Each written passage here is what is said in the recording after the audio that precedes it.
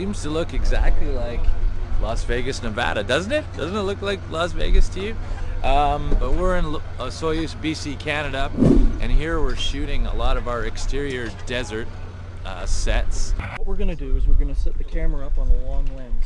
Morning.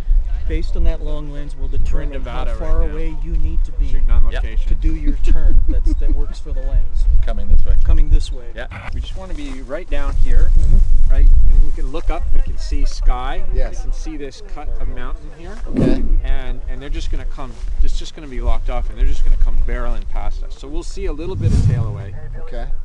But mostly framed this angle here. So I don't want to see down this road this way, right? I just want to see this side. As you can see, also I'm dressed up like Colonel Shepard on Earth. We have an old Camaro here. We've got another one right there. The car, I believe it was a 1981 Camaro of some sort. I think I used to have one. I've just had the tires pumped up from our transport department because I have to lock up the emergency brake and perform a 180-degree slide. First thing that happened when I arrived on set that morning, the transpo coordinator ran up to me and said, "Are you driving the car today?" And I was like, "Yeah, I'm driving the car."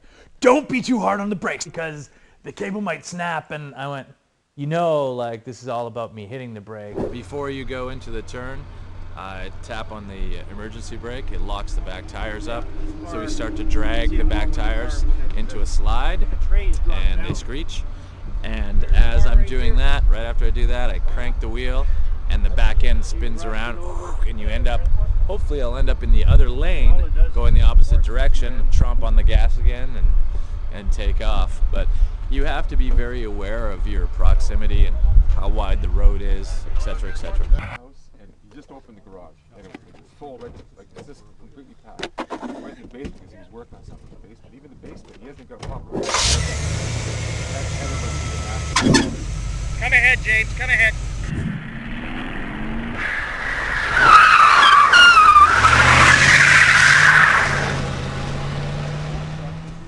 Yeah, after the first 180 this morning went really well, but when I got back over the rise, got out a shot, they called cut.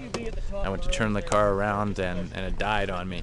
So I'm like, oh geez, I start to try and turn the car on, it goes woo woo woo woo woo woo woo. The battery starts to die, so of course I turn the key back, turn it off, woo woo woo, it keeps going, the starter's stuck. So they've been working on it for the last hour or whatever, and they've got it back up running. But it's not ratcheting at all, is it, right? That's what it's not going to. I told you, I've got it rigged open. No, yeah, that's cool. Just by pulling the rod out and bending it down. Just rigged it open. Sweet. Real quick, down and dirty. I've done it a million times. Yeah, I usually just tape it or something. That's good. So that light's going to remain on, I'm assuming, Unless right? you want to stick your foot underneath the brake pedal, the emergency brake, and push it up. Ha ha ha! How's it feel? Brakes feel a little spongy, to tell you the truth. I don't know what I'm going to get out of this thing, but we'll see what happens.